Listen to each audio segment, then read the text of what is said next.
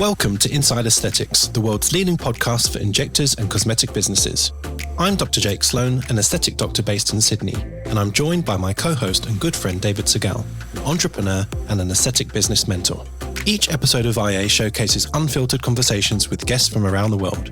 In a sometimes disjointed industry, IA aims to help educate and connect our global community to raise the bar for both our businesses and our patients. To further support and educate our listeners, we offer a range of additional resources under our IA Patreon subscription service. This caters for injectors and business owners of all levels and includes interactive live Zoom sessions, webinars, hints and tip videos, private chat groups, and exciting future content to come. To subscribe to IA Patreon, head to www.insideaesthetics.com/Patreon or click the link in our podcast description. You should seek medical advice before undergoing any treatment or procedure, and these podcasts do not replace a professional and bespoke consultation.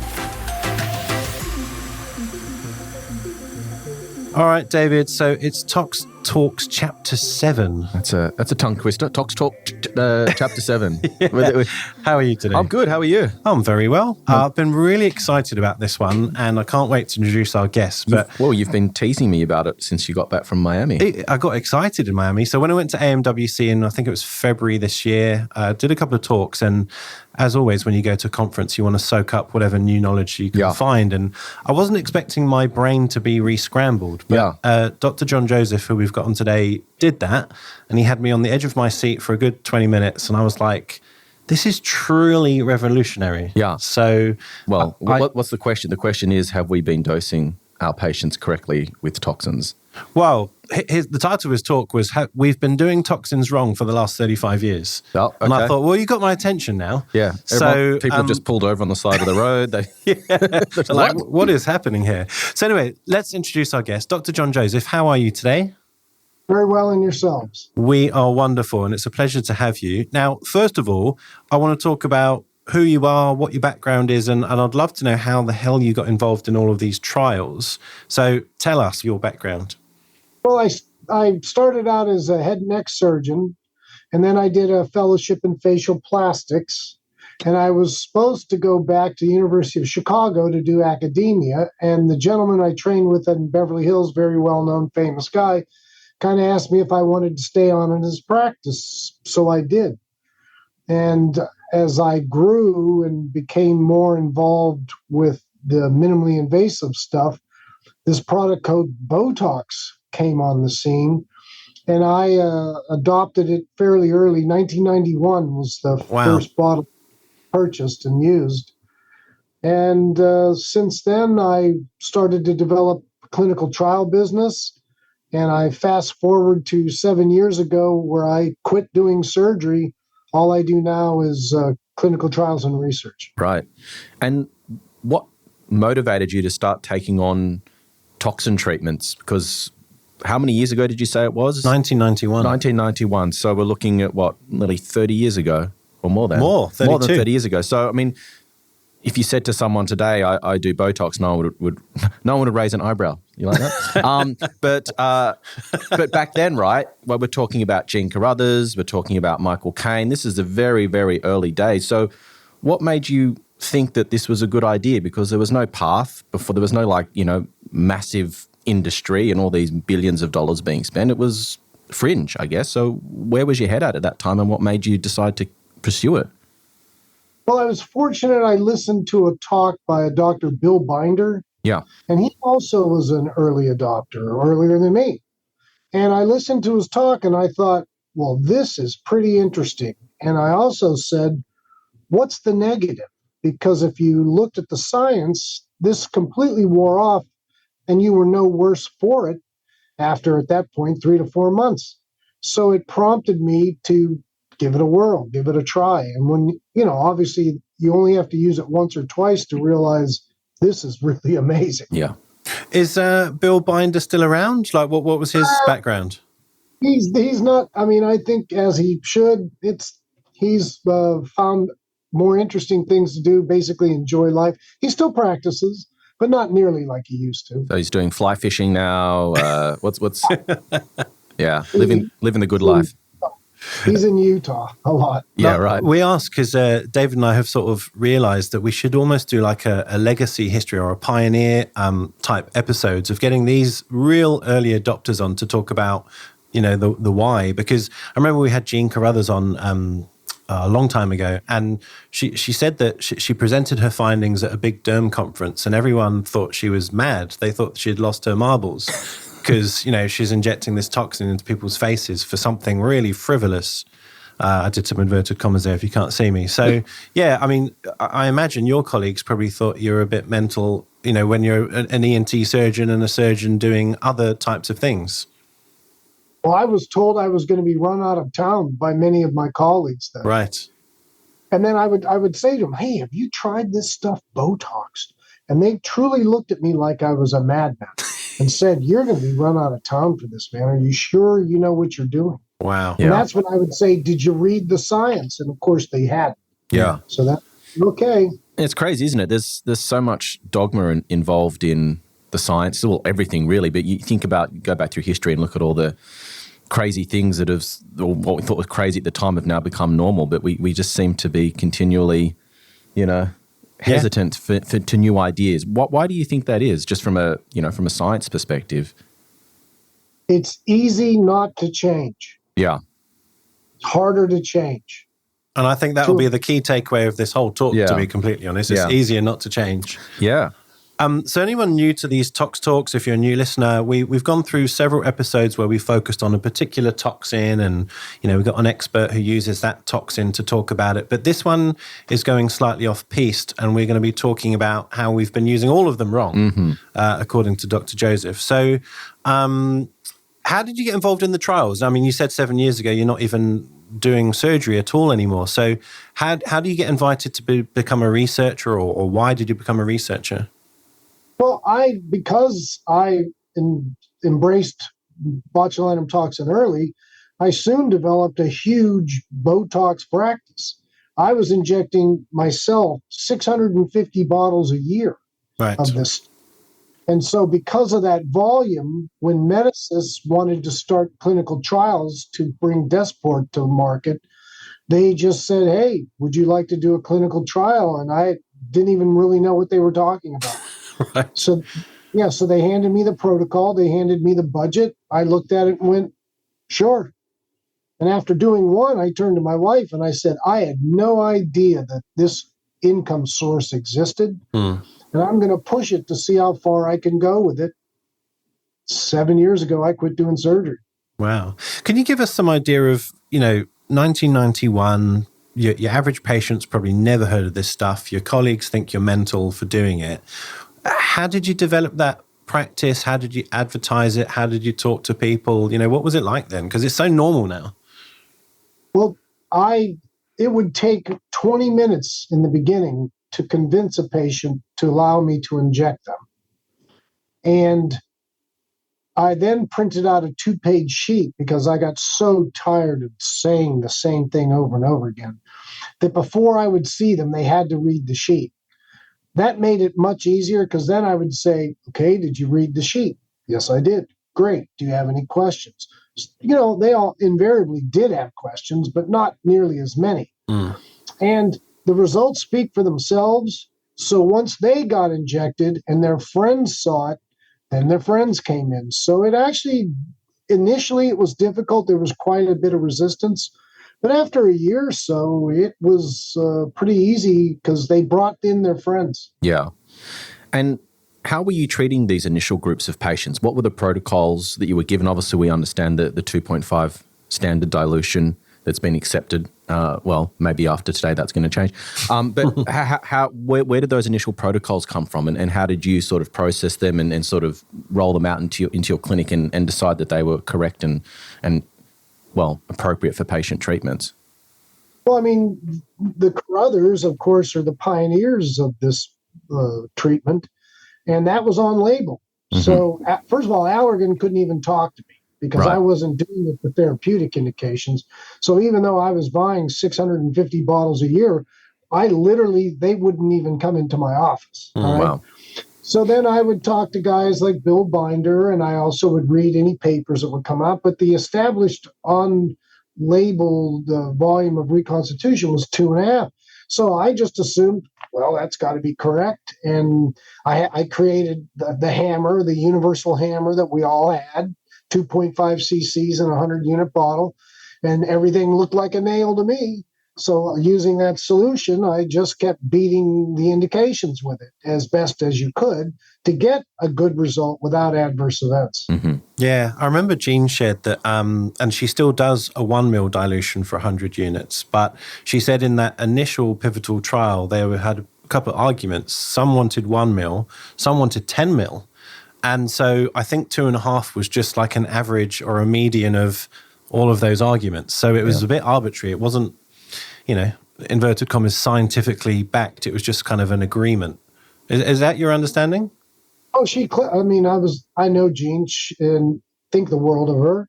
And she basically said there was no science behind this 2.5. It was, you got to start somewhere. And that volume of reconstitution with that dose of 20 units, it worked. It was safe, number one.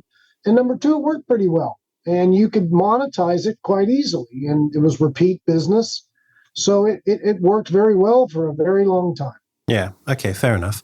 And I want to stress that you work with all of the companies, or you have worked with all the companies, including some stuff that hasn't even been launched, at least in the States. So, can you just give us some background into what that process is like? Like, what does it mean to be a consultant?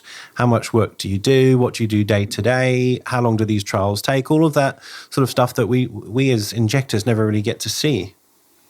Well, the toxin trials are not as long as some of the filler trials.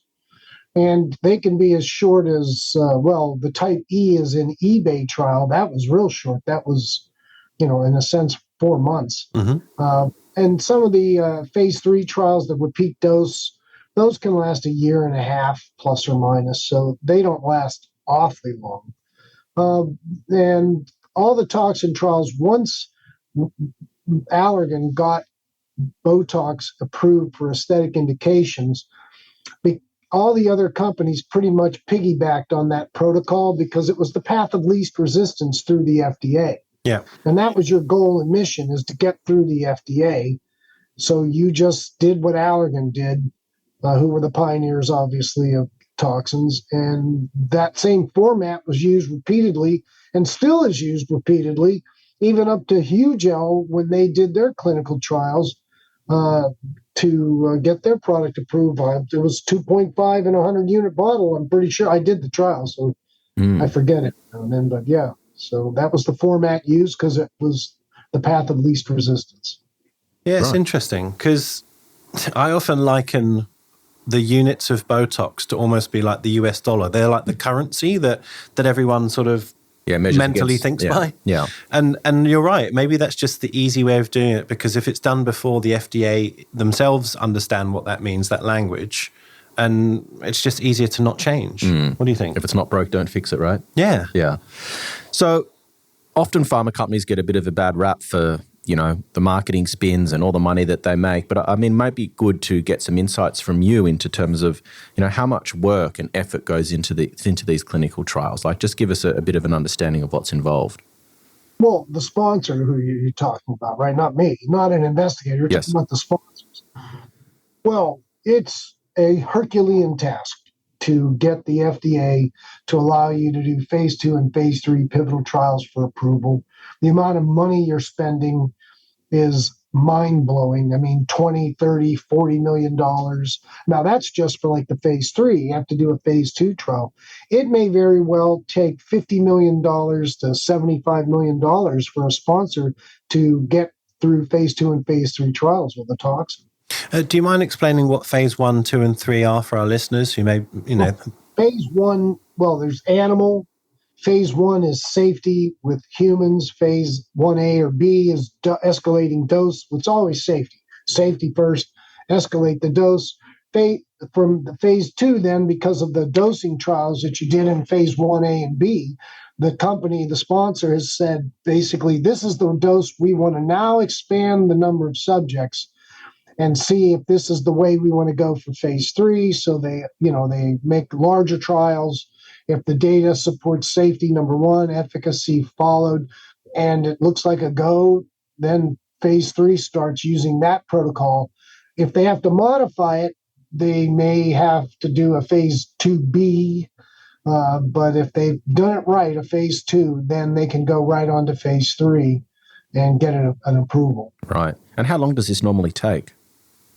How long does it? 6 years is conservative. Sorry, 6 years?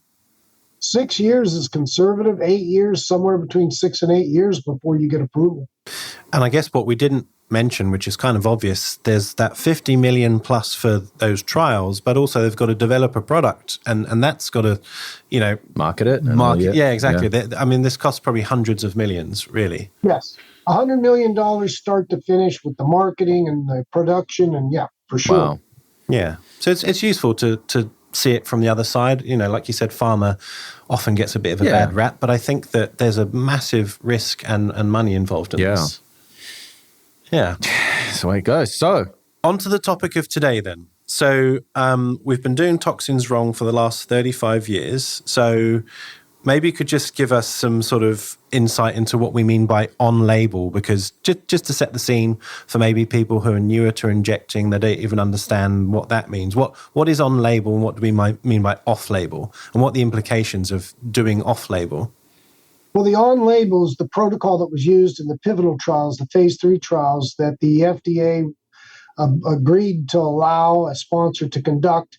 And in conducting that trial, if it's found to be safe and works, then the FDA blesses that protocol. So whatever you have in that protocol, that's what you as a company have to promote in marketing. Yes. You can't talk about something else. So if it's 20 units in the glabella, with a total of 0.1 ml per 5 injection sites, putting 2.5 cc's in a 100-unit bottle, that's it. Yeah. The company has no leeway to change that pitch to both the doctor and or the consumers. Yeah.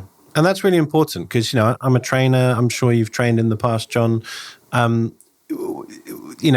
We as trainers often get criticized for sort of speaking the company's mantra. But we have to, because that's what the FDA or the TGA or whichever country, and that's what they have approved. So whilst it's of course right to talk about our own experience and what we actually do in real life, I think when you're teaching beginners, that starting point of on-label, I think is actually really important because it teaches you a scientifically backed, trialed result. Does that make sense? Yeah. Because you've often sort of challenged that on other podcasts. What in particular? I'm saying, that when a trainer or a KOL gets up on stage, they're sort of a stooge because they have to say whatever the company wants them to say. Yeah. But there's a process behind that. If they're paid by the company. Okay, yes. If they're a consultant or a paid speaker, that's correct. Yeah. You're paid to get up on the podium. You have to toe the party line, so to speak. You have to talk on label. If you are not being paid, then it's still America in the sense if you're here, you can talk about whatever you want. Yeah. If you're hired by a company to go out and train people, you're getting a check from the sponsor, the company, you have to stay on label. Yeah. I mean, in my experience, I've often said, this is what the on-label indication is. However, in my experience, and then I'll say something slightly veering from that because it's my own experience. So I think we've got leeway to be honest, but as long as you clarify what you're saying is your own experience versus on-label. It's a little gray here in America, and there have been companies that have been fined significantly for having their trainers go off-label. Interesting. And when I say significantly, to the tune of, not in the aesthetics, but to the tune of $1 billion fine. Wow. So in the States, you really have to be careful if you are being paid by the company. If you go off label, well, I don't want to do it because I'm afraid of getting fined. Interesting. Wow. That's pretty full on, isn't it? Well, I'm glad that I've made it explicit and it's all worked out well so far. So you took us back to 1991. You were doing the 2.5 mil and 100 units Botox. You did what the Carruthers did. It all worked fine. So what made you go, hold on a minute, maybe there's another way of thinking about this? What was your Eureka moment? Well, I was doing a variable dosing trial for, it was Reloxin back then, but now it's Desport. Reloxin, that's a good name. Yeah. Right. That's the greatest name. Better than Disport. No, yeah. But they allowed us to look at the muscle mass and adjust the dose accordingly to a bracketed dose. So we could go up to 80 units of Desport in a male in the glabella if we thought it was appropriate. And I think it was 70 in a female, might have been 60, but I think it was 70. So we could look at them frown and go, boy, you've got a lot of muscle mass. We're going to go a little higher. Yeah. When they crunched the data, and I was at the investigator meeting where they were showing the data, I noticed that there was a linear increase in duration that correlated with the dose. So I turned to one of the people from Medicis and said, look, there's a signal there. How far can we go with this, right? I mean, has anyone pushed this to see where does it finally plateau? Yeah. And so I said, give me some money, which I say a lot. Give me some money to do a trial, right? And let's find this out. And so, no, they didn't. And I reached out to another company and said, hey, why don't we try this? And they said no. So I did it myself. I kind of paid for my own trial, not to the extent that a sponsor would do with the FDA. Yeah. And lo and behold, when I increased the dose, the duration increased also. Yeah.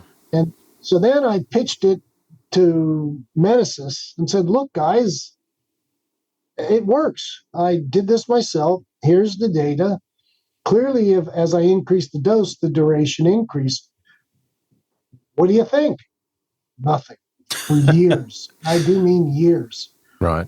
So to summarize that, you, back in, I think it's 2006, you did a trial mainly for male patients, and you said, hey, you've got a strong frown, you've probably got more muscle mass, let's put some more stuff in. That's logically makes sense.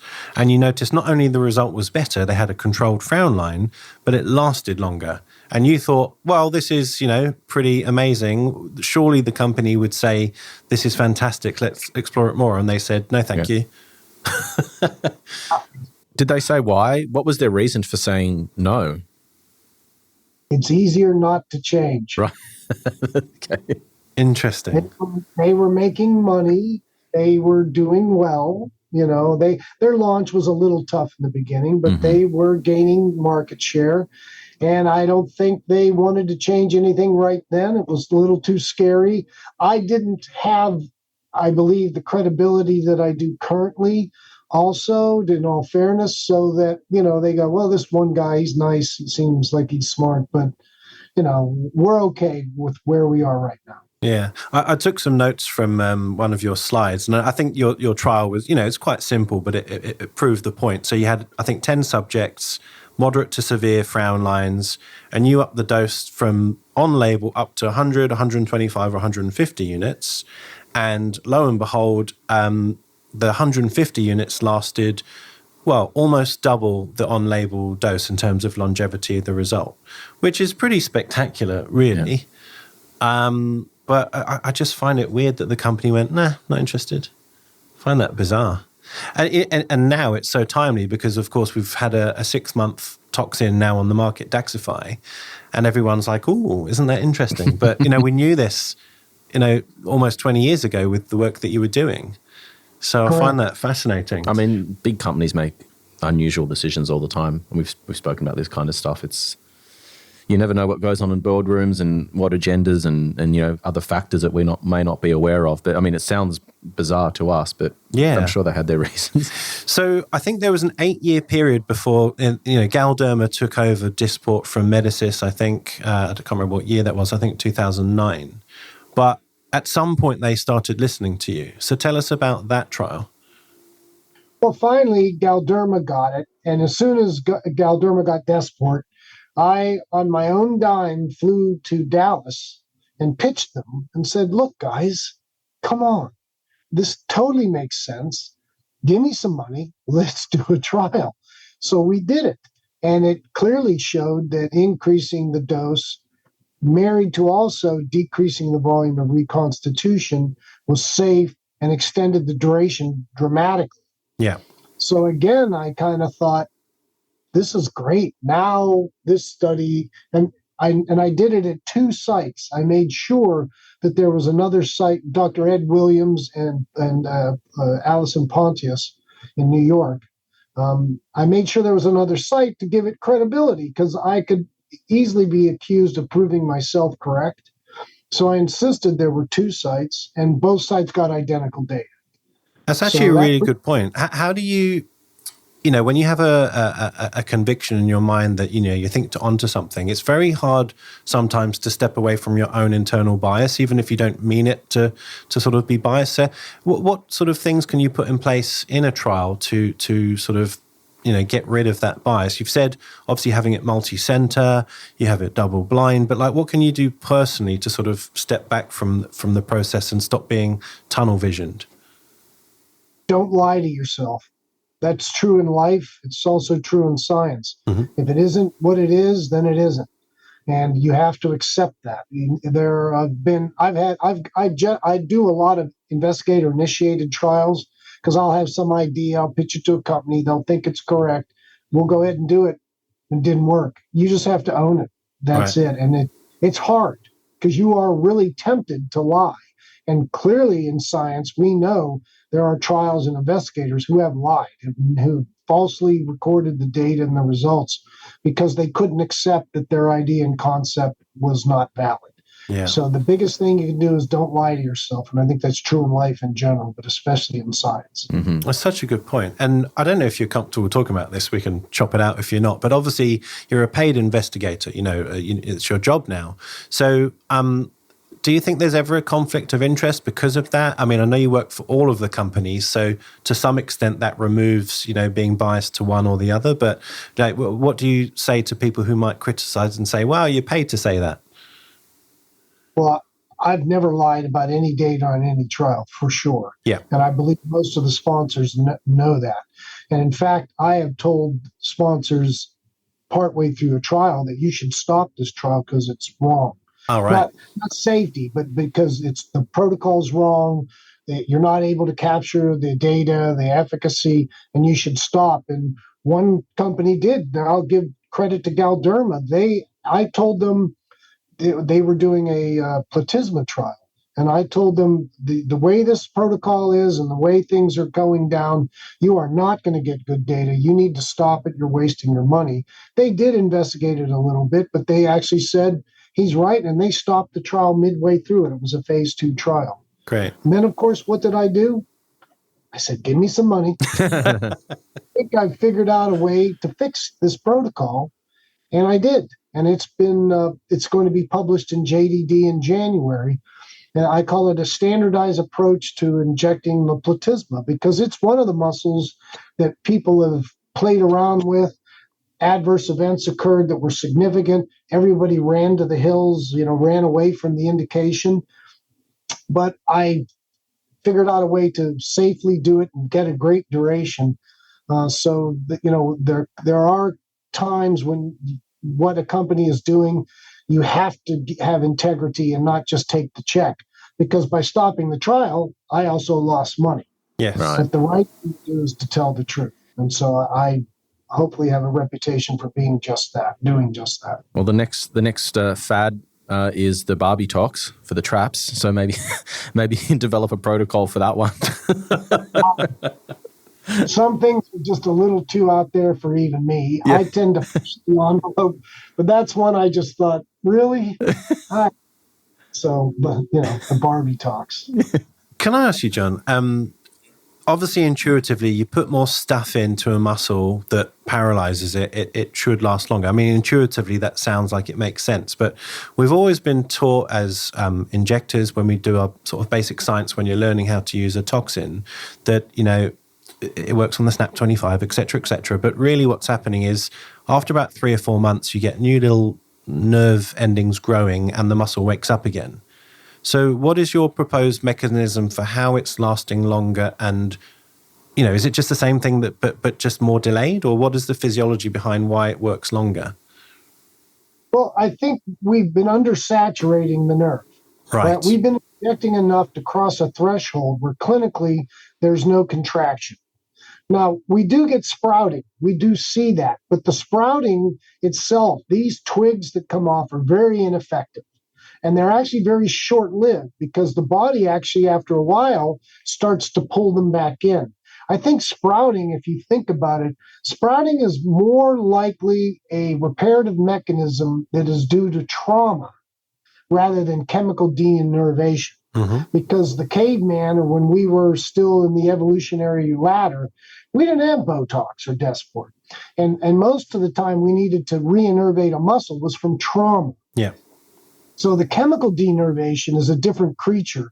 And I think initially, and this is my own conjecture, but I think initially the nerve does do sprouting, but once SNAP25 starts to be remade, and there's the fixing of the SNAP25 that's been cleaved, the neuron, the terminal nerve, starts to abandon the sprouting, and it chemically refixes itself by producing more SNAP25.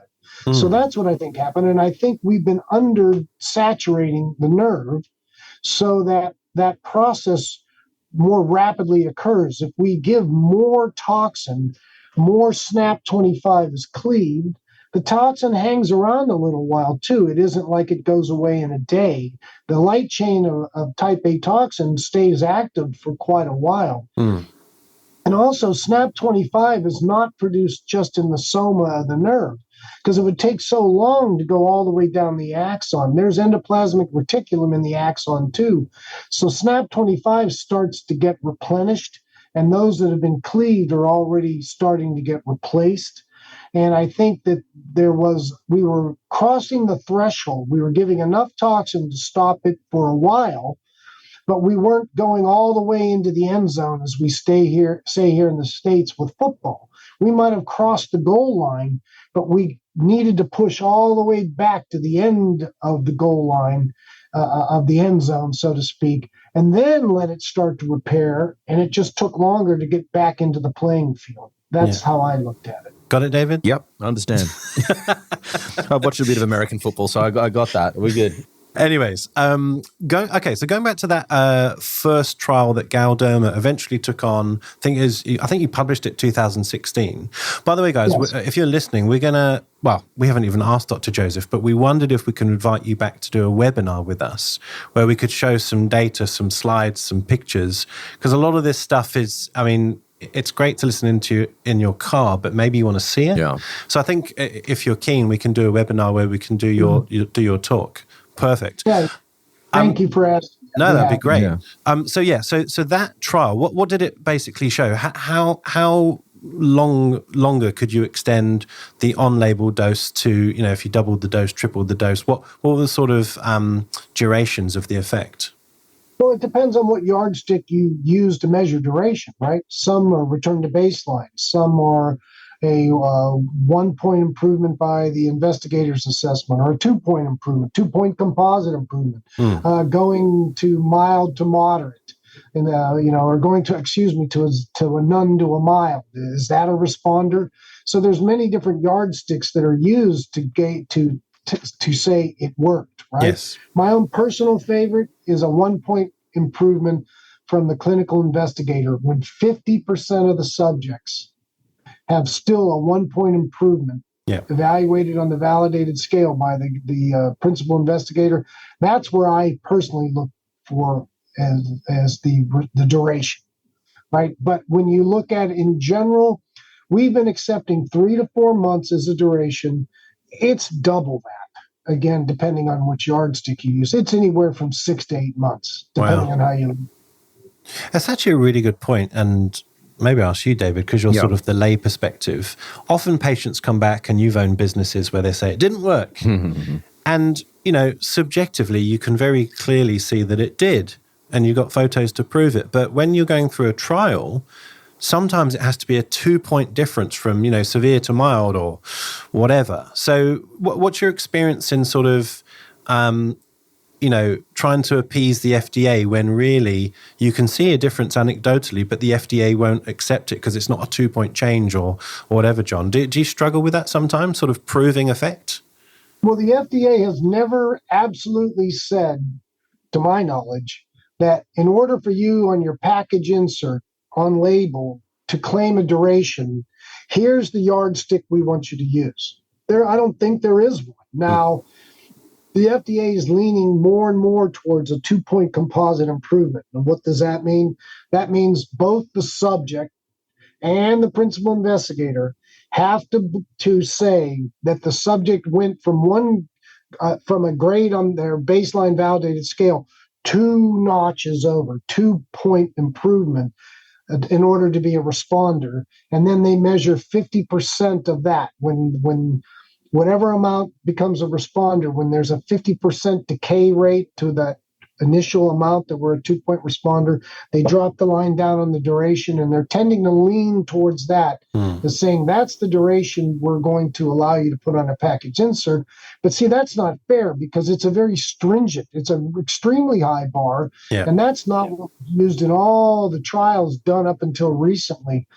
So it's kind of a mess right now as to what a sponsor, a company needs to show to the FDA so that the FDA will say, you now can claim that as your duration. It's not that absolute currently. Yeah. Right. Sorry, I asked you both the question, then I jumped to John. But as a business owner, when a patient comes back and said, didn't work, and then you've got photos saying, yeah, it did. Yeah. Like, what do you do with that? How do you unscramble that? Well, I mean, the first step is actually showing them before and after photos. A lot of the time you've got this perception drift or people forgot what their baseline was. I mean, getting it for so long. We saw a lot of this during COVID where people had extended periods away from treatment and they really got to see what they look like untreated, you know, because they're going for not 3 months, might have been 6 or 12 months. Lots of divorces then. Yeah. Yeah.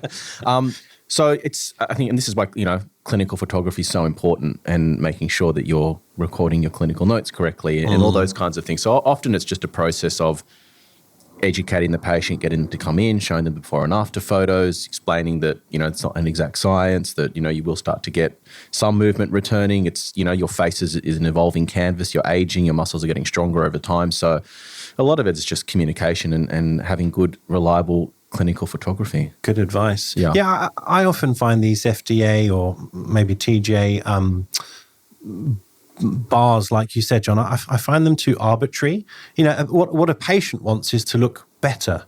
They don't care if it's 2 point, 3 point, or 1 point. They just want to look in the mirror and go, yeah, that's better. My wrinkle's softer. And so it seems a little bit weird, a bit arbitrary. But I guess they need a specific goal. Otherwise, it's just, how do you rate this stuff? Yeah, though it just becomes everything subjective, which can sometimes make it difficult when you kind of standardize things. What would your suggestion be if you had control of the FDA for these sorts of trials? How would you change it? My favorite is a 1-point improvement. When do 50% of the initial responders, when are there now only 50% of the initial responders with a 1-point or more improvement by the principal investigator? So if you started out and you had 100 subjects and that all had a 1-point or more improvement, when you get to where only 50% of them have a 1-point or more improvement, by my assessment, drop a line down on the bar to the time frame. To me, that's the duration that I believe a sponsor should be allowed to claim on a package insert to attest to the duration of their specific toxin. But if you look at the other way around, 50% would say, well, that was shit, that didn't work. So you'd have, I don't know, you could look at it either way, couldn't you? Can't win. Can't win. Well, I guess my question, why 50%? Why not, I don't know, 75, a majority, a clear majority? The Kaplan-Meier curve always does like 50% for statistics. And it's a 1-point or more improvement, right? It is, you only have 1-point improvement. You can have a 2-point or even a 3-point improvement and still be a responder. Yeah. It's when half of the ones that did respond are now left using that criteria, that yardstick. That to me is a pretty good way to standardize it. It's never going to be perfect, but for me, that's the best I think there is. So after this, Allergan, Merz, and Galderma proceeded to do their own trials on the toxins and the dosing. So what did they say when you showed them the results of your trial? Like what was the initial response? I mean, you've had these initial conversations where they told you to go away, they weren't interested, and obviously now things have changed a little bit. So what was that conversation and reaction like? Well, I was first able to convince Galderma to do it. Allergan to do it. Allergan was the first one to do it. They published later, but Allergan was the first one to start these variable dosing trials or the escalating dose trial. Then that was followed by, I believe, Mertz, and Galderma, I think, was third, if I'm not, as far as when the trial started, not when they published. And I was able to, I had to go and, battle it out with these, people at Allergan and all these companies to say, come on, it's here, it's real. You should do it. And once one of them did it, when Allergan did it and the data was positive, well, then it's obligatory. The other two had to do the trial to show they too had a toxin that could last 6 months or longer. Yeah. And of course, Daxi is hovering around, in the trial, trying to get a 6-month approval. Yeah. So they were forced to. Yeah. May I ask, what was your personal motivation for doing this? I mean, this is their product. They're the ones that are going to make all the money out of being able to have, potentially, slightly modified, protocol that might sell more tox or sort of take things to another level. So you're getting all these no's. You're trying to help these companies realize they could get more out of their product or improve the efficacy. What was driving you to do this? What was in it for you? Or what was the motivator?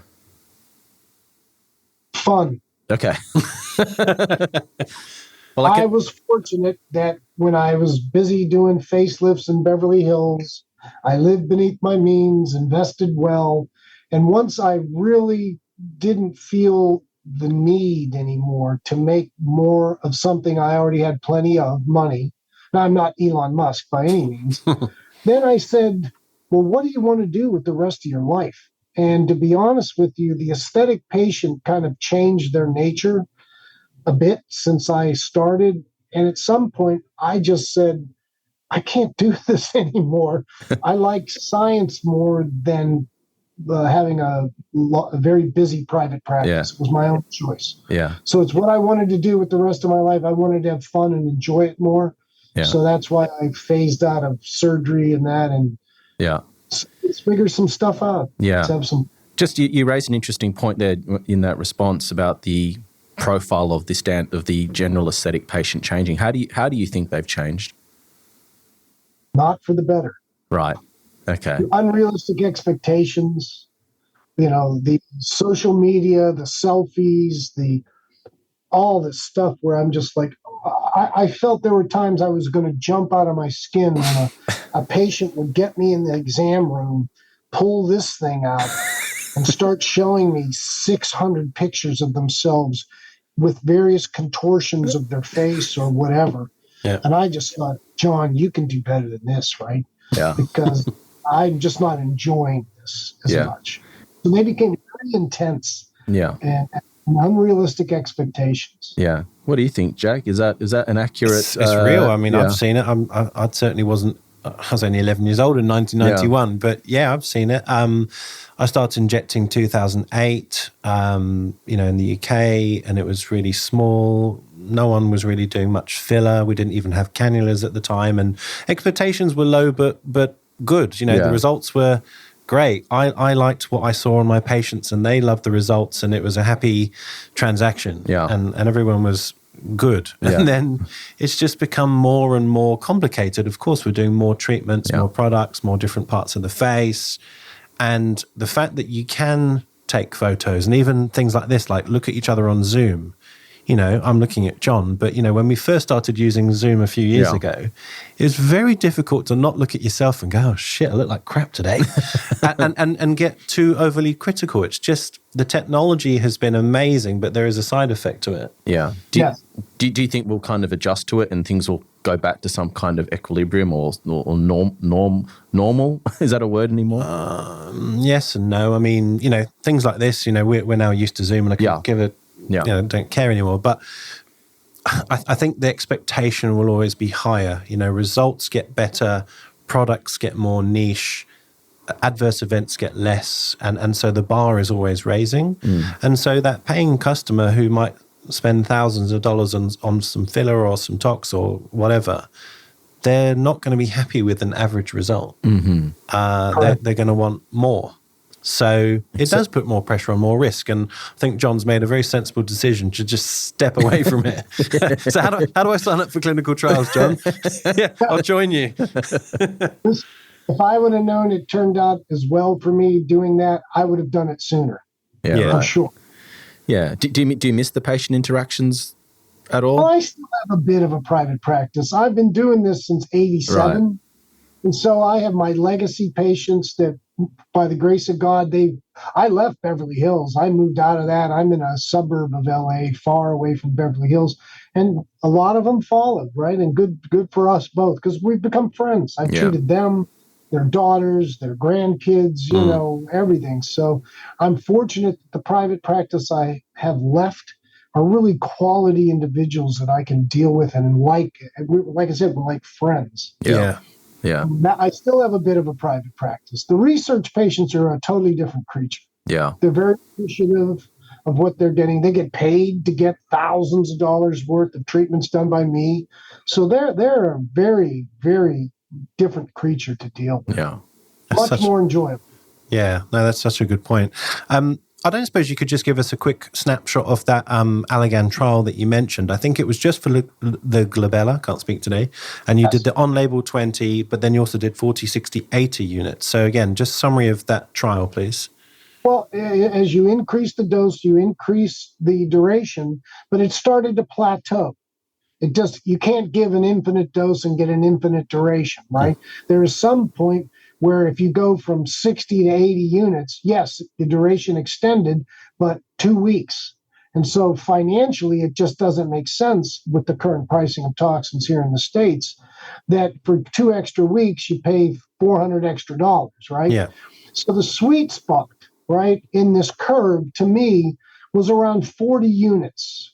50 units tops. Okay. Somewhere around 40 to 50 units, you got a really nice exponential, or not exponential, but a really steep increase in duration with a small increase in toxins relative to the on-label. And then as you kept going, it started to plateau out. Yeah. So 40 units plus or minus, that's probably the best dose for Botox in the glabella. But it also depends on the volume of reconstitution also. That's a subject I'm sure you'll get into at some. Definitely. It's coming next. So it's basically reaching that point where you then go to diminishing returns, where the bang for your buck is sort of doesn't sort of stack up anymore. No, correct. Yeah. And what's your proposed reason why that happens?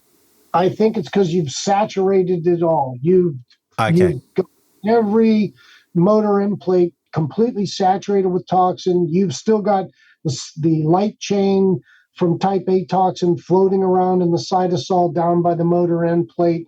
So new snap that's coming down the axon is now being still attacked by that. And then eventually the light chain floats off. It's kind of cleared away. And then now the true reparative process can kick in.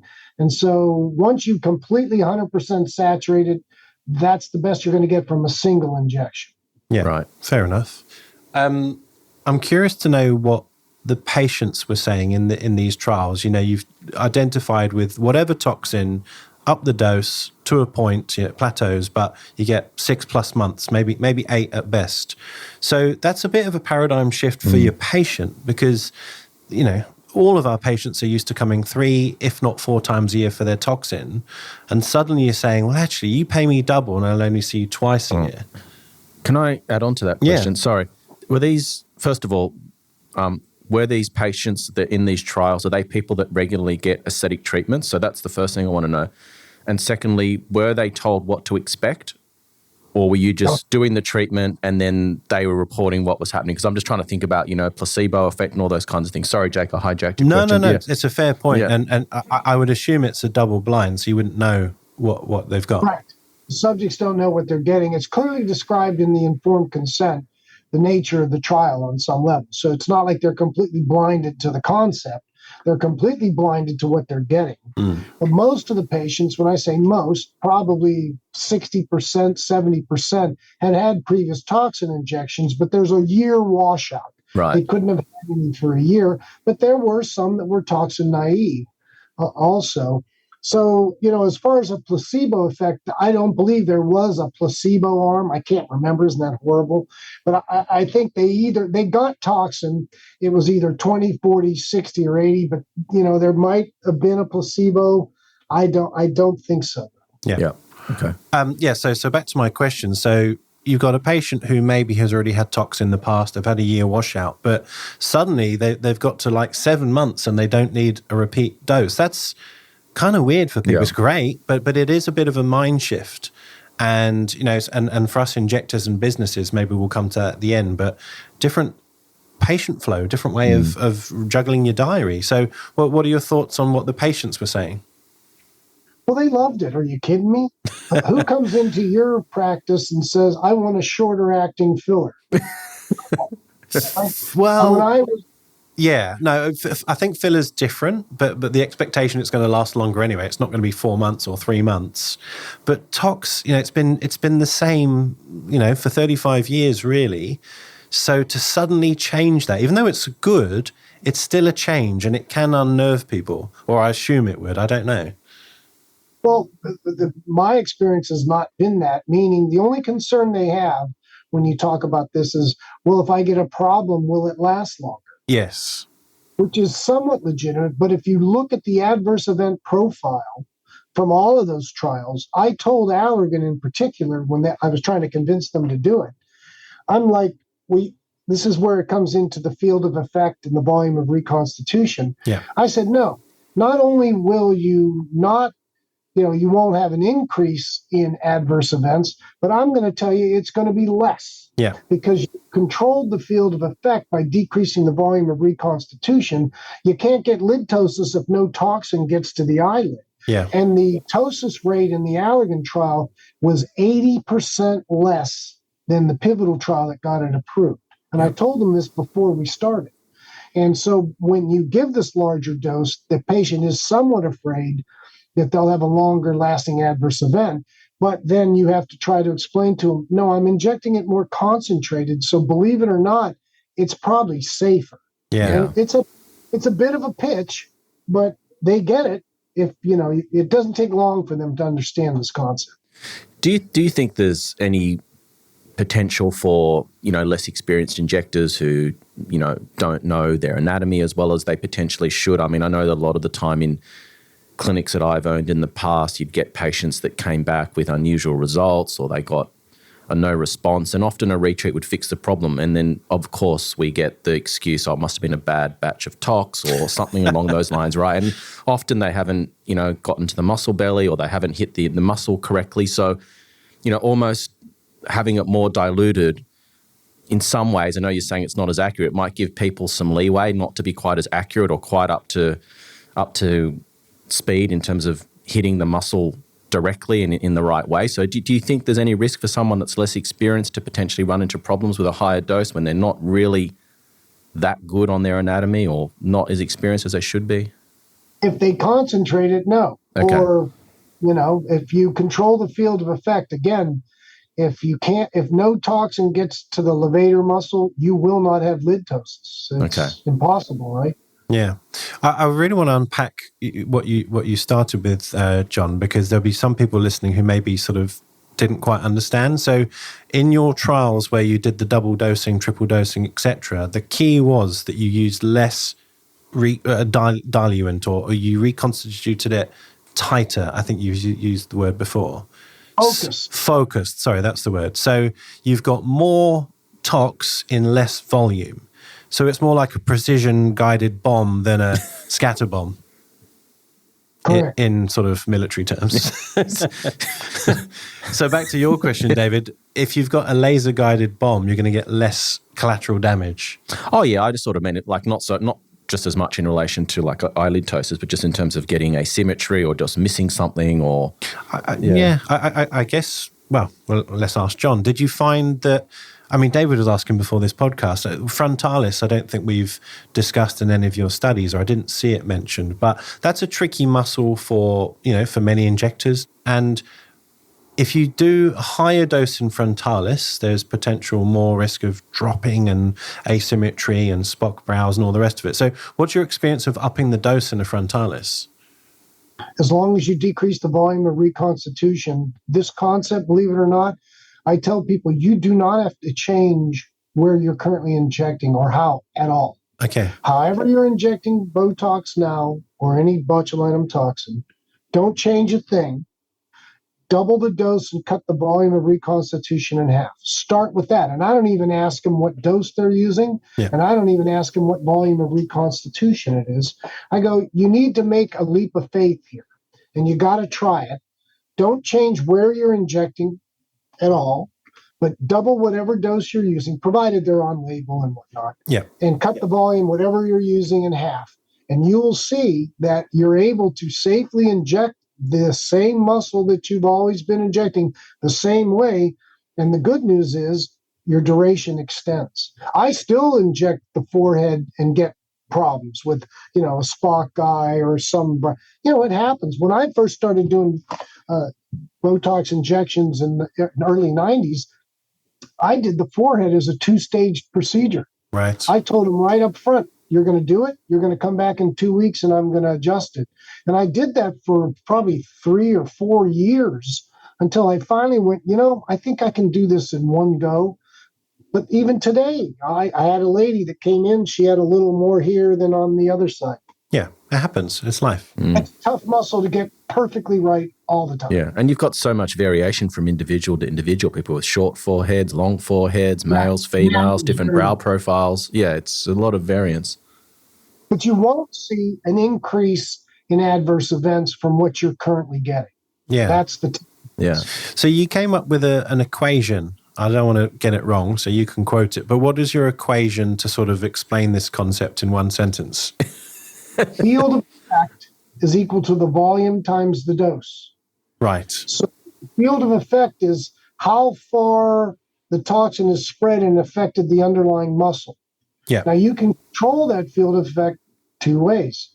You can increase it or decrease the size of it by increasing or decreasing the volume or the dose. Yeah. It's not a hard concept. And what I found fascinating, even though it makes total sense from what you just said, was you could do the same dose as on label, but in a more concentrated solution and get a better result with the same dose. So it's not even more expensive. So that was really interesting. Well, because when I got all the data, when the Allergan data came out, I looked at it and I went, wait a minute. We used 20 units focused on that trial. And I determined, if you notice, all the volumes of reconstitution in all 3 trials are the same. That wasn't by random chance. I'm going to tell you now. Right. So when I looked at the 20 units with half the on-label volume of reconstitution and compared that same 20 units to the pivotal trial, which had the on-label volume of reconstitution, the focused 20 units markedly outperformed the on-label pivotal trial approved dose. And I'm like, well, why is that? Why did the same 20 units behave so radically different? Yeah. So then I thought, okay, it could be a fluke, could be weird, could be this trial, whatever. So then when I think it was the Mertz data came out next, the one Xeomin, there it was again. The same 20 units of Xeomin, when it was focused, more concentrated, did way better than the 20 units that had the standard on-label volume of reconstitution. So there were 2 trials in a row that had that signal. Well, guess what the Desport trial had? Same thing, right? So then I had to say, well, this must be true. It can't be just coincidence that these 3 trials had that. So then you got to have a reason why. Yeah. And for me, it was by focusing this, less toxin drifted away from your intended muscle that you wanted to inject. So I came up with this concept of the relative concentration gradient, because the only thing that's important is what the muscle sees. Yeah. It's not what you inject, it's what the muscle sees. And by focusing it, the muscle, in a sense, sees that 20 units as a larger dose, because when you used more volume on label, more of it drifted into the forehead. And we could see that when you raise your eyes, you could see that the frontalis was affected. But when you focused it, not as much got into the frontalis, if at all. Yeah. So the relative concentration gradient for the focused on-label dose to the muscle seemed like a larger dose. And we know what happens when you give a larger dose. Yeah. You get a long. So that was the explanation. And I called it cold versus old. Yeah. Concentrated on-label dose versus the on-label dose. So I turned to the 3 companies, the big ones, and said, give me some money. And they did, to see if this is true.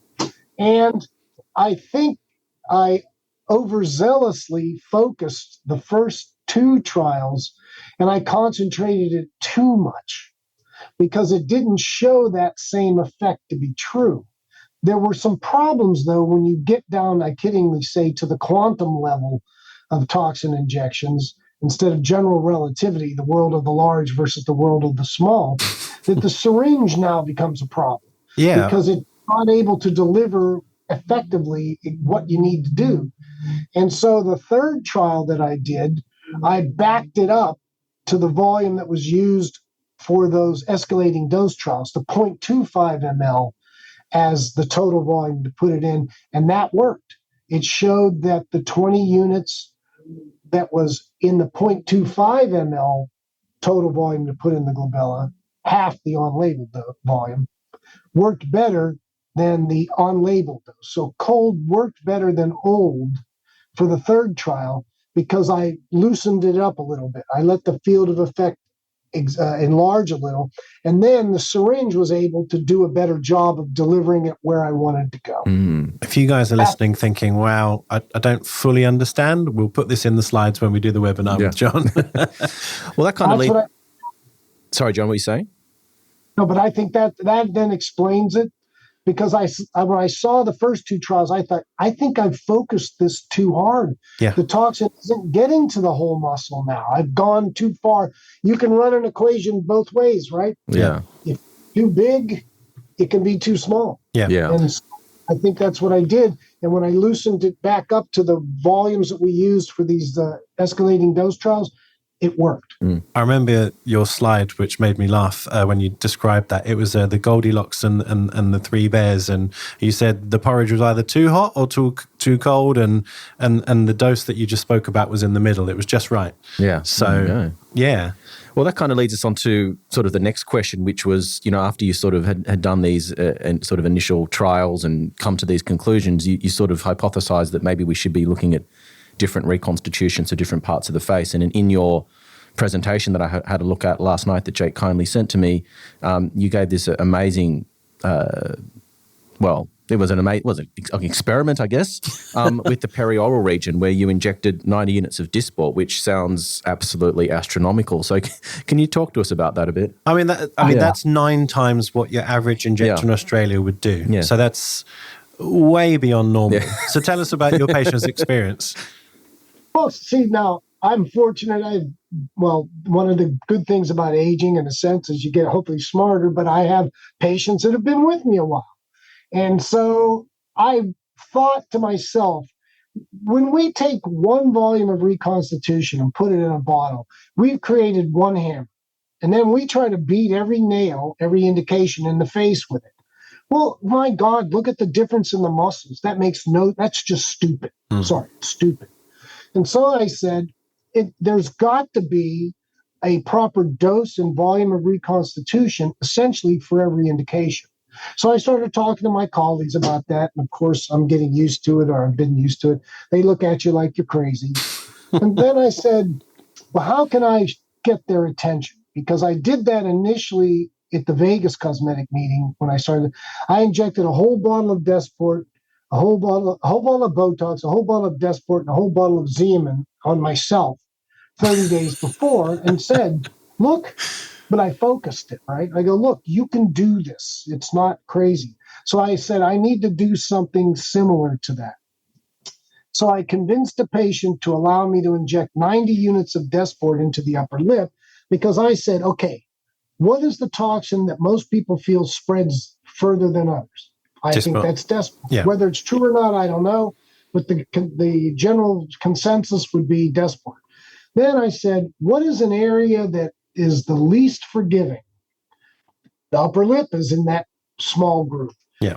Then I said, and what's a dose that people would think, this is insane? And I said, units. So then I said, if my equation is correct, I should be able to find a volume that I can reconstitute the bottle, put all 90 units, put it in the lip, and it should work. So I did it to this lady, and it worked actually pretty well. She did have functional compromise, and I had her tell you, so you didn't hear it from me. I had the lady, it was the only video in my presentation, explain what it was like. And she said the first 2 to 4 weeks for the 90 units of Desport, it was a little tough. Then I said, yeah, but it wasn't bad, because after it wore off, which took months, she let me do it again. This time I did 30 units of Jeuveau, which is 50% more than the on-label dose in the glabella, but I continued to focus it. And she said, well, that one was a little tough, but it was better. And she said I had 2 weeks that it was kind of funky. And then after that wore off, I put 30 units of Xeomin in her upper lip and concentrated it even more. Now, and she's 10 days out after I injected 30 units of Xeomin in her upper lip, and she's talking to you, because in 10 days, if it's bad, you're going to see it. Yeah. That's the worst, right? She said, I like this. I can do this. And she got a little lip flip from it too. She's describing a lip flip. Yeah. And her vertical lines looking good. Yeah. So what was the final volume of reconstitution? It was 95% less than on label. It was I think it was 0.25 ml in the bottle. I want to ask you, and you can tell us about your invention maybe in a second, but you're right. The standard syringes that we use, at least here in Australia, they are either the BD insulin syringes, sort of a 0.3 mil, or I use a different version, but same volume. So how are you doing this? Because, to add such tiny amounts of saline into a vial of Botox or Dysport, whatever, there's almost no liquid in there, and then you're drawing up like minuscule amounts. So how are you doing it accurately and dosing it? Am I allowed to show it? Yeah, of course you can. We'll post this for our Patreons only. Okay, hold on, let me grab my phone. Okay. I didn't want this to be a commercial, right? So That's okay. Well, what I did was I said to myself, every syringe in my drawer stinks. They're just no good. Yeah. You can't go forward with this now because you're stuck. This whole concept of trying to figure out the volume of reconstitution that's best for every indication, you're stuck because your tool is too crude. Yeah. Yeah, right? I agree. And to be fair, an insulin syringe, again, I think we asked Jean this. She said, well, it was just random. It's for insulin. It's not for Botox. Yeah. It was never designed for Botox. So what I said then is, well, I have to invent a new syringe. Yeah. So the syringe hasn't been improved on really since 900 AD. It was originally a Persian doctor developed it to extract cataracts. Now you talk about the proverbial stick in the eye. Yeah. That's about as it gets. I just cringe even thinking about it. But they saw better without the lens than with it. Yeah. Right? So that's the guy that invented the syringe. It hasn't really changed. So I was sitting around just thinking, going, okay, and whatever. And I can't tell you why these unusual thoughts come into my head. But all of a sudden I thought, the wheel and axle. Why don't we do this? So I don't know if you can see. So John is showing us a new prototype. Imagine an aircraft carrier. It's got a flat deck. Yeah. Yes. So I designed this carrier to have a wheel on it. Mm-hmm. And here's the flat of the syringe. The syringe is flat. Yes. So this carrier, this is a beaten up prototype, but it's just snap. Believe me, the real one works. So what you do, instead of using these muscles, which actually when you use a syringe, you're actually using your forearm muscles. Yes. These were designed to hold on to trees. This is fine motor skill. Yeah. Right? And so I said, well, we should be using that, right? So what you do is you just roll the wheel. That's amazing. So just to explain to the listeners, so it doesn't look like a needle. It's sort of a flat thing with a wheel on it. On here, you put a needle at the end, but you just roll the carrier down the flat, and the carrier pulls the plunger. Yes. So instead of you pushing on the plunger, you roll the wheel down the flat of the aircraft carrier, and it pulls the cartridge, which pushes the plunger. So the drops that you can inject with this are 0.0025. Wow. And did you use that in have you used that on a patient yet, or is this just a prototype? Well, when I say prototype, I tried to sell this to a company and came very close for a staggering amount of money. Yeah. But that didn't turn out because COVID hit, George Floyd hit, mergers of the company occurred, and it was like, oh, please. So, and it was a prototype at the time.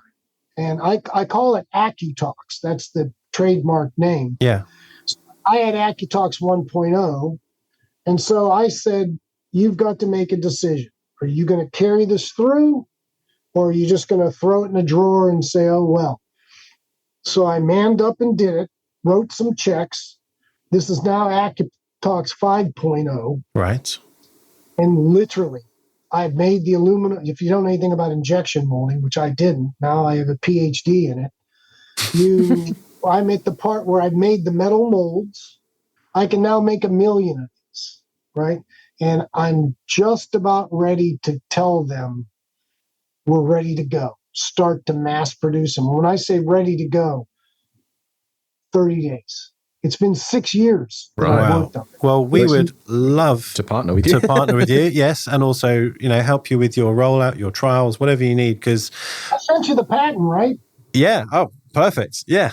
Because joking aside, I really do feel like that the tool, both the the reconstitution plus the thing that we're actually injecting it with, it's not really fit for purpose. No, it's not. It blunts. It's hard to control. It drips. You get bubbles in there. All sorts of drama. And especially when you're dealing with this type of concentration, you don't want to waste a single drop. It's literally drop. The plunger literally hits the metal of the needle. It loses 0.007 ml. Yeah. That's what the engineers say. Yeah. That's the total volume you lose. And that's literally the amount that's in the metal part of the needle. Yeah. Can I ask you, talking about these various constitutions that you might have going on in your clinic, so you've got a reconstitution made up for frontalis versus sort of crow's feet or glabella. So how does that work from a practical perspective when you've got like dozens of bottles with different reconstitutions? And so I'm just thinking from a practical perspective because you're a single injector and you've got as you said, a fairly scaled down practice these days. But if we were to sort of multiply this out or sort of look at like a busy clinic with multiple injectors, multiple injecting rooms, and if your method was to sort of become universally accepted, how would that work from a practical perspective with so much going on? I didn't say it would be easy. But it's easier than you think. Yeah. Because first of all, we know toxins last longer than 4 hours after you reconstitute it. Yeah. Well, that's what I was originally told back in 1991. Well, not true. All you have to do is have a color-coded sticker that you put on the bottle, and you know that that's, glabella, that's upper lip, that's whatever. The other thing is, it isn't like each muscle has its own absolute unique one, because I think the concentration for the glabella is half of what we've been doing. Meaning it's not 2.5, it's closer to 1 to 1.25. That's the sweet spot that you can deliver 40 units into the glabella, the dose that's proper, using that volume of reconstitution and get this extended duration without an increase in adverse events. I think that's also the same one for crow's feet. Yeah. Fortunately, right? But when you talk about the platysma or the DAO or the upper lip, see, now it's a little different, but the DAO and the upper lip is the same, I think. So see, here's one dilution. Here's one dilution for these two indications. Yeah. So it isn't like if there's 6 indications in the face, you have to have 6 different ones. You probably need 3, and you'll be able to do it. You color code it. The other thing is, this is simple math equations that if you take if you say, gee, you can't make it more concentrated, but you can add to it. So you can take an upper lip bottle and you can turn it into a glabella. You can turn it into a platysma because you're adding fluid to it. Right. Yeah. Once you've added fluid, you can't take it out to concentrate. So, yeah, I'm not saying that it isn't going to require change, and everybody hates change, but Darwin has a saying for that. Those that fail to adapt die.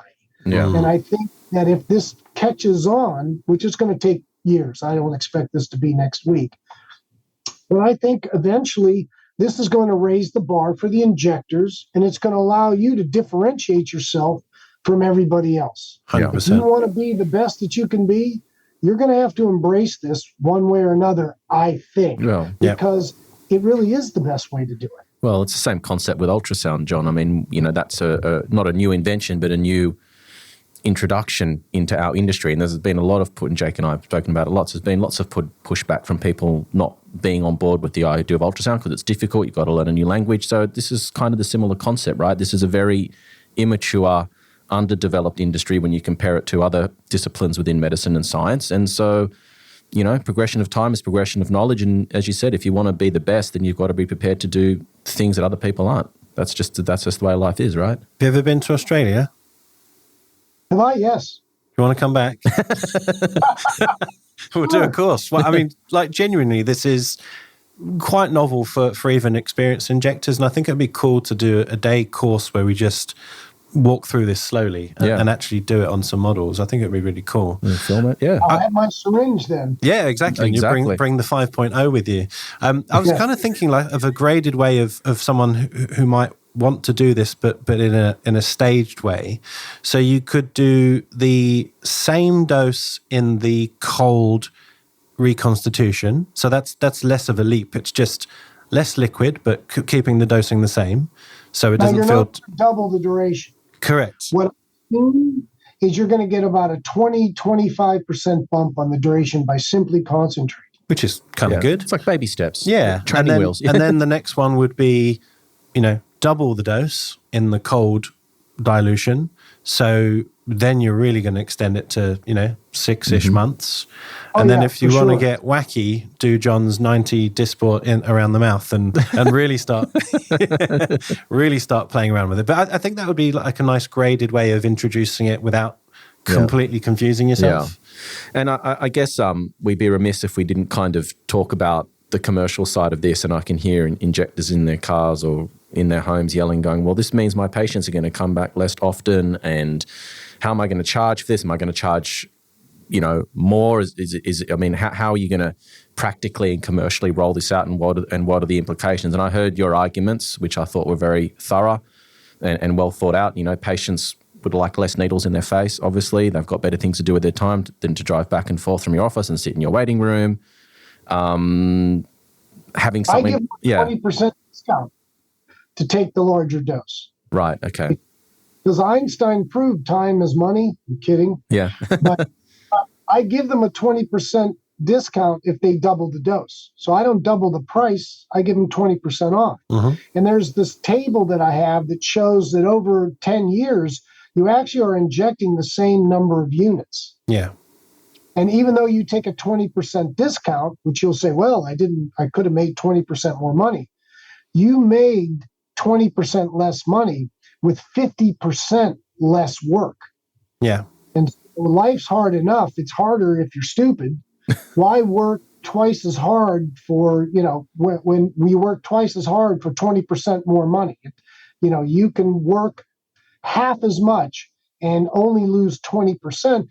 Now those half times that you're not seeing, you can be doing other stuff. So you're going to recapture that lost 20% because you aren't seeing them as often. And I'm old enough that there was a product called collagen. Oh, yeah.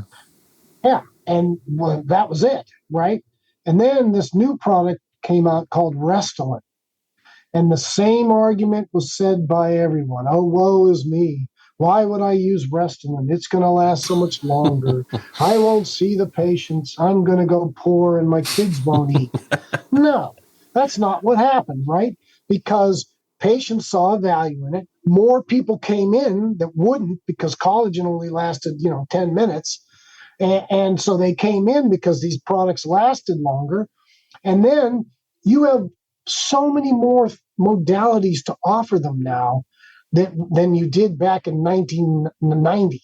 Yeah. Right? That they'll find other places to spend the money in your suite. Yeah. So the thing with collagen, I don't want to use that Restylane, I'm going to, make less money. That's not true. And the same is here I believe, for optimizing toxins to the way it should be done. You will make more money. I have to say that time aspect was highly relevant for me. When I listened to your talk, that was one of my key things that I really sort of learned, because I'm lucky, I've got a busy practice, but it's got to a point where my regulars sometimes complain they can't get in because my book is stuffed with regulars doing Botox, right?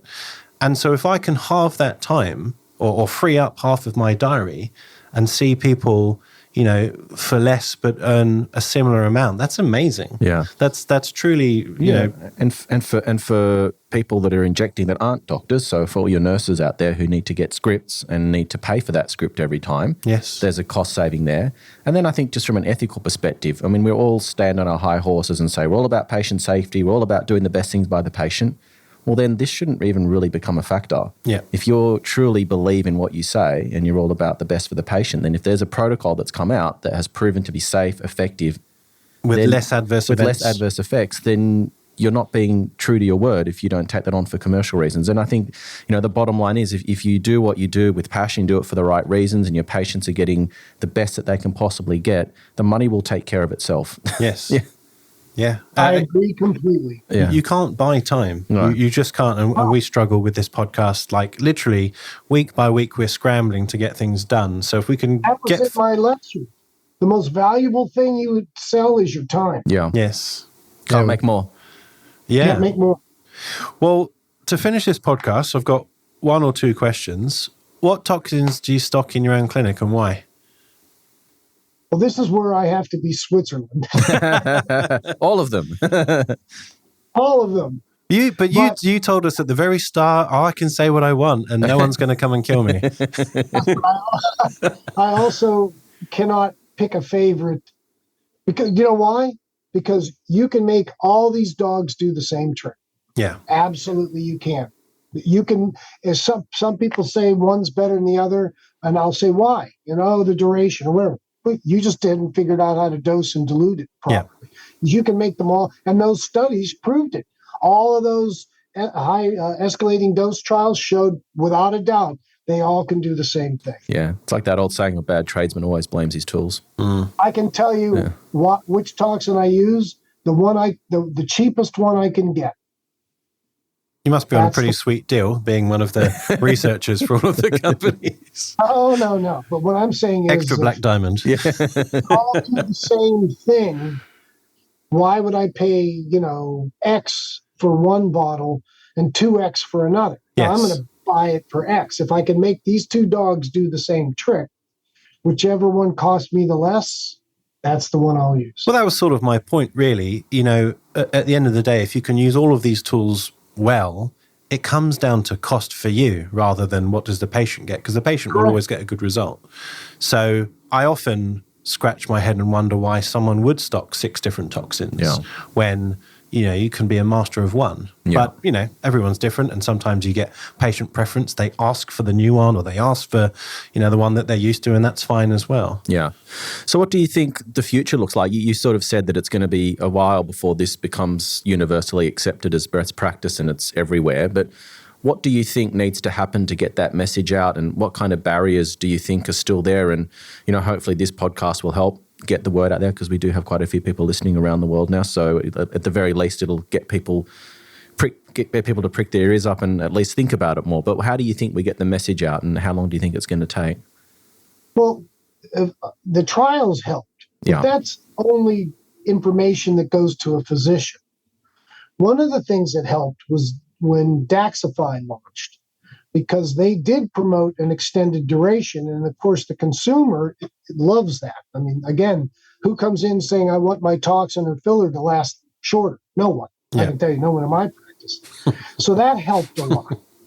And with the increased knowledge from physicians that any of these toxins can get a 6-month or longer duration, and them getting away from the fear that I'm going to lose money, which is not true, it'll gradually happen.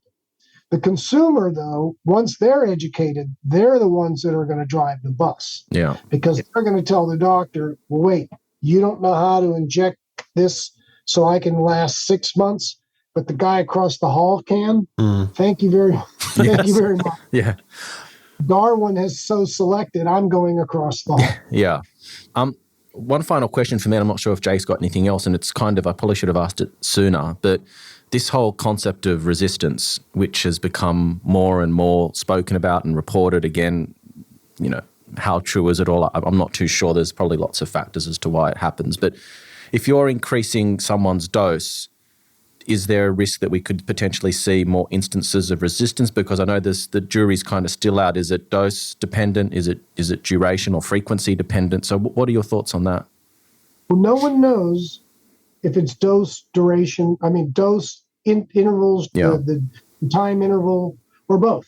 Probably both. If you look at what an allergist does, you come in every week or two and you get a small little bit in your arm. And you repeat that until your immune system recognizes the protein and forms neutralizing antibodies. And do neutralizing antibodies occur in the aesthetic arena? Yes. Very, very, very small compared to the therapeutics. Those people to get. But Allergan reformulated Botox in 1997, and that dropped the neutralizing antibody formation dramatically. Yeah. Now I'm going to disclose something for you guys, and this is I just found out myself, is I have neutralizing antibodies. So I'm going to disclose right out I do. How long did it take for me to get them? About 30 years. I abused myself with botulinum toxin more than any person in the world I know, voluntarily, because I was my best lab rat. Because anytime I thought of doing or trying something with doses that were inconceivable to people, I did it to myself. Yeah. So I was my best laboratory. And it took 30 years of me being thoroughly abusive to botulinum toxin before this finally happened. So I am now going to abstain for 2 years, and then I'm going to re-inject myself. I'm also resistant to Xeomin. So Xeomin does not provide me any benefit. So I'm disclosing to the world, and again, this is relatively new, that I have created neutralizing antibodies to myself. But you cannot say, well, see, I told you that high dose thing was going to create problems, because commercially, no one is going to do what I did to myself, ever. Yeah. I assure you. Well, because I inject bottles at a time in one eye. I was going to say, I'm sure you weren't joking. You said you did 3 bottles of different products not that long ago. So which one of them did or didn't work? Oh, all of them don't work. No toxin works type A. Right. Type B does. I have not tried type E, but I'm sure. Let me think. Type B for sure should work, myoblock. Type E, I'll find out once it's commercialized. I did the type E trials too. It's an interesting product. I also think type E is the Hylenex for type A injections. Yeah. Yes, we saw your final slide of your talk. Yeah. I was wondering whether we keep that up our sleeve for a type B podcast at some point. Yeah, should we quickly, basically... let's dangle it, tell us a little bit about it, because, we don't have time now, but let's get you back for another episode. But, yeah. I was doing the type E trials, and I said to myself, wait a minute, both of these things attack SNAP25, yet they're so clinically different. Why? It's one of my favorite words. Why? Because there's got to be a reason. So I started looking a deep dive into the molecular level of botulinum toxins. And I found that where it cleaves SNAP25 is different. Type E cleaves at amino acid from the N-terminus at 27 or 28 amino acids in. Type A cleaves at 9. So I hypothesized that this larger bite that type E takes, allows it to be more readily recognized by the repair mechanisms, and that's why it wears off in 2 weeks. Yeah. And type A, it's just like you take the top of your finger off. Type E is like you bite your finger in half. Yeah. Now, that was just a hypothesis, but I don't think that's true. And because I got into battles with who I admire and respect greatly, Mitchell Bryn, Freevert from Zeeman, the people in Gal, because they told me this isn't true. Type E is not going to reverse type A. And I would battle back and forth, pulling articles and whatever. But there is no doubt in my mind that that's true. And Allergan is going to look at this in particular. But I think I had to do a much deeper, that was a superficial explanation that seemed to fit. But I think I have a better explanation, but it's much more involved, and that'll be the dangler. So the practical use would be if you get a ptosis from a 8-month, high dose cold dilution toxin, you go, no problem, have some type E and you'll be right in 2 weeks. In 2 weeks, correct. That is what I am convinced, even though I've never done it. There you go. World exclusive again on Inside Aesthetics. Yeah. There we go. Exciting. We always bring the news to you guys. Well, John, I think I could talk to you all day, and we're definitely going to get you back for, well, maybe a type B, a type E. I don't know. We could just go on forever. And then also webinar. Yes. Yeah. So we shall speak offline about all of that. But thank you so much. It's been, honestly, I love these talks. Yeah. Did you enjoy that one? Or even for someone like me that's not medically trained, of just, business background in the space, I find it truly fascinating, and I'm learning all the time. So thank you for being so generous and answering all of my questions, or our questions. I had fun. Again, it's all about having fun at this point in my life. Fantastic. Well, hang on the line after and we'll speak, but enjoy your day and we'll speak soon. Okay. Take care. For our latest news, follow us on Instagram at Inside Aesthetics Podcast.